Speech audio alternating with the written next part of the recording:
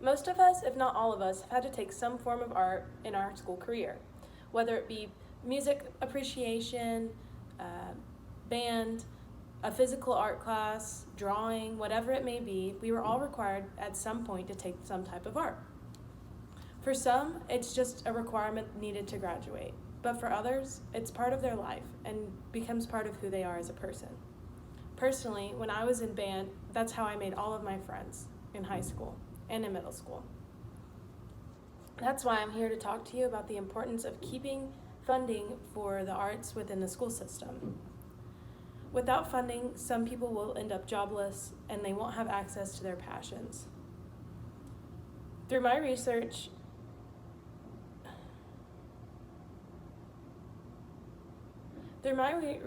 I've found that it's important to put more funding to the arts or keep the funding the same.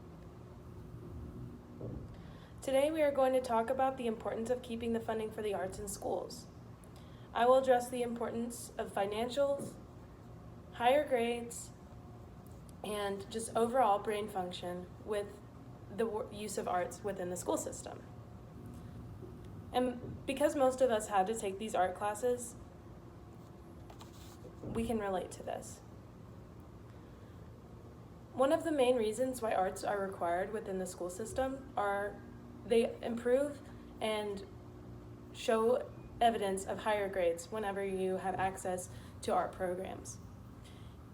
In an article by Jen McDonald on The Educator, she says that students who took 4 years of an art class scored 91 points higher on their SATs.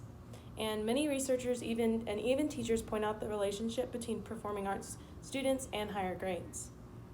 In an article by Karen Evans, arts students did even better in geometry and mapping tasks due to brain imaging techniques. That's one of the reasons why it's important that we keep arts within our school systems, because it helps improve grades and helps students with their brain function. But that's not the only reason. Without jobs in the art program, many people would be losing their job. And it's also shown that students who participate in arts have a higher chance of coming out of a poor financial situation. That was in an article by Fran Smith.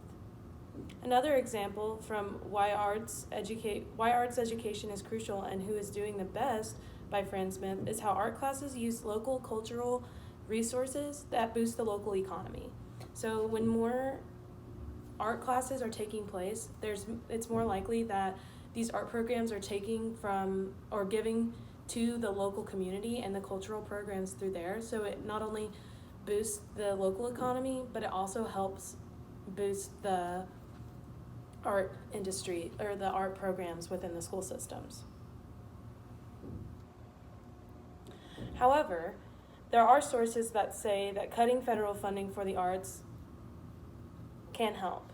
In an article by Nick Gillespie, he believes that taking money from the NEA won't necessarily make the arts suffer. But that can't always be true. Despite the lack of suffering, decreasing funding will not only take away from opportunities from students, but will take from teachers too. In 2008, the number of music teachers declined by 26.7% due to budget cuts. That was in an article by Fran Smith. Not only will it take away from the economy and taking away jobs from music teachers, it also is proven to improve brain power. In an article by Karen Evans, she talks about how it is proven that being an artistic student or participating in art classes improves cognition.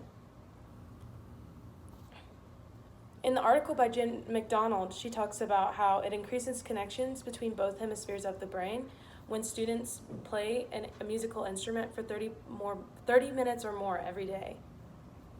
Even listening to music can improve brain power in children. That was in the article by Karen Evans. She talked about how when playing Mozart or other classical music, it improves the brain function and brain power in children and young adults.